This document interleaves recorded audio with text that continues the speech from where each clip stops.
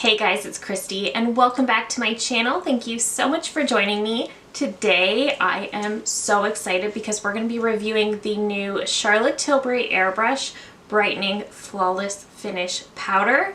So before we get into it, I hope you'll consider subscribing to my channel before you leave. Give this video a thumbs up if you enjoy, and let's get into it. Alright guys, so I am so excited for this review. If you are familiar with my channel, you know this is one of my very favorite brands to review. So I currently have on everything except powder, blush, and bronzer. So I look a little crazy right now, so forgive me. This is the new Airbrush Brightening Flawless Finish Powder. Charlotte does already have a Flawless Finish powder, but this is the brightening. So we're actually going to be testing out the new one today as well as comparing it to the original formula. So this retails for $46 US or 54 Canadian. This is a complexion perfecting brightening powder to brighten, blur, and lift. This is what it looks like. Very beautiful. It's got the white box just like the beautiful skin foundation and the new concealer as well. And then opening this up, this is the new compact. So it's really pretty. It's got this like pearly white finish. It's very smooth, and it's got like these angel wings, which I think is really pretty. And then just compared to the original formula, they're both the same size. So this is also made in Italy and has a 24-month shelf life. This comes in two shades. This is supposed to be a translucent powder, but it comes in a fair to medium and then a medium to tan. So I will say I do like the new package design just because while I think this is super beautiful and it is some of the prettiest packaging, this one's not going to look as messy with fingerprints, so I will say that. Opening up the powder, so you do get the standard mirror. It looks pretty much just like her other powders, except that it is white. It does look white as it is a translucent powder. This looks really pretty. So what I'm thinking we're going to do is I'm going to put the new powder on this side and the original formula on this side, and then we will compare the two. I just kind of want to see how they compare to each other. I currently just have on the Too Faced concealer. This is the new Born This Way Ethereal Light Concealer, and I chose to go with that one because it is a lighter coverage. It's more of a medium coverage, but on the lower end of things. So we're going to be able to see if the powder gives us much coverage. So I'm just going to take a puff into that product, just patting out any creases and pushing that into the skin. Okay, so it's definitely brightening. Definitely feels very brightening. Okay, so I do feel like this is very brightening. You can see, so this is with, this is without. I would definitely say it's brightening. Maybe a little blurring as well. Okay, so I think I'm gonna try it right around this area where I do have some enlarged pores.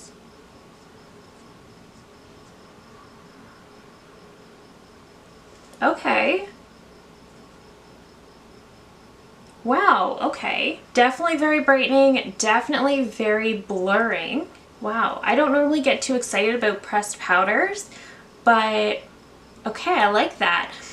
I will say I am a little bit worried about white cast, so I do feel like it is a little bit white. Let me just take a tiny bit of powder on a brush. I just want to see what it looks like with a brush, and let me go over my forehead lines. And those are bumping today. That's great. Okay, even with a brush, that is really blurring. Okay, I love that. That looks beautiful. I am concerned about white cast though, just because it does look pretty white. I mean, it is, but it's a translucent powder, but it does look pretty white to me. So that's the only thing I would say. But I will definitely say that my under eyes do look a little bit more bright, and there is definitely blurring properties to this. I don't always see that with powders, but this is definitely very blurring. So I love that. This almost looks filtered. So I really like that. Obviously, I really didn't get any sort of coverage right here, but it is a translucent powder, so I wasn't expecting coverage. So the original Airbrush Flawless Finish powder is one that I have in the shade One Fair. So this is also a micro powder, but it is more of a medium coverage. So again, just taking a little bit of that with a puff and patting out any creases and then just pushing that in. Okay, so I do feel like you can definitely see how the newer powder is definitely brightening, whereas the original Airbrush Flawless gives you more coverage, but it's definitely not nearly as brightening. I feel like they both do a pretty decent job of blurring. Let me take a little bit more powder, and I'm just going to go over that area down here. Yeah, they're definitely very similar formulas. Okay, let me pop off camera. I'm going to finish the rest of my makeup and I'll be right back to give you my full comparison. Alright guys, so the rest of the makeup is on. Let's talk about my final thoughts of the new Airbrush Brightening Flawless Finish Powder.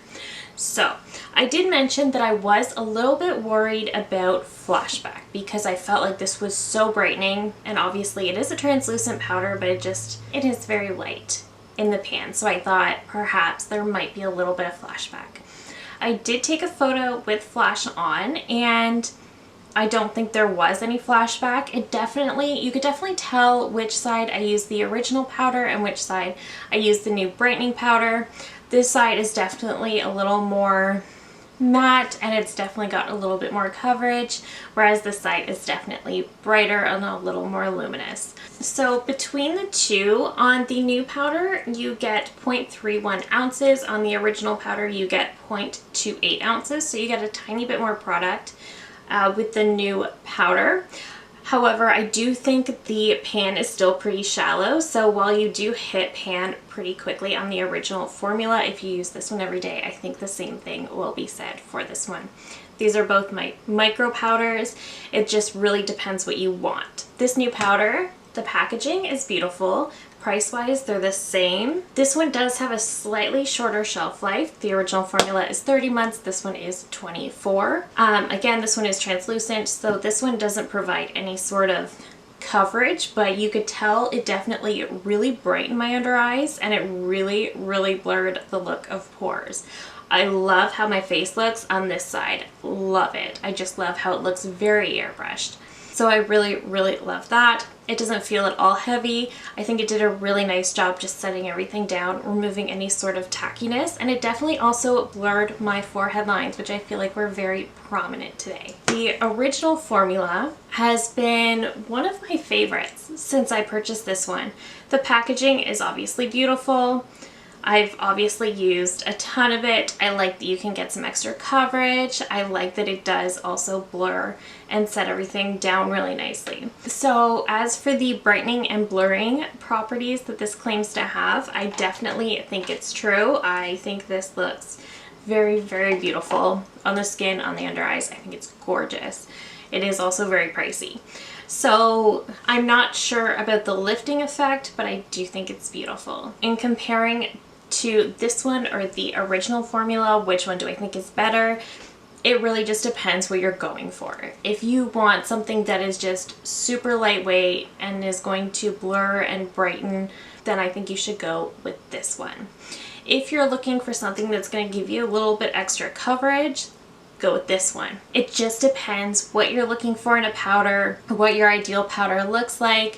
For me, I like them both. I think they both serve their own purposes. I think in general, I'm going to enjoy the brightening powder a little bit more because I don't typically go for super pigmented powders. I just like a nice lightweight powder to kind of blur and take the tackiness out of my foundation. That being said, today I used, for foundation, I did use the NARS Light Reflecting Foundation, which has a luminosity to it.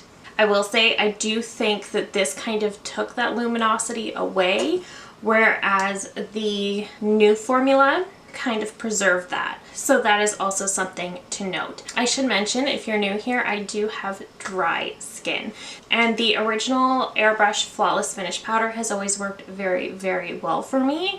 But I think if you do have an oilier skin type, this might be your preference. I think if you have dry skin, I think you'll really, really love this one, especially if the original formula didn't work for you. It works great for me, but perhaps if it wasn't your favorite, you might like this one a lot more. I do find this one to be a little bit more lightweight and obviously very blurring and brightening. I really loved it, and I really hope it came off on camera how blurring this powder really is. That's essentially exactly what I'm looking for in a powder.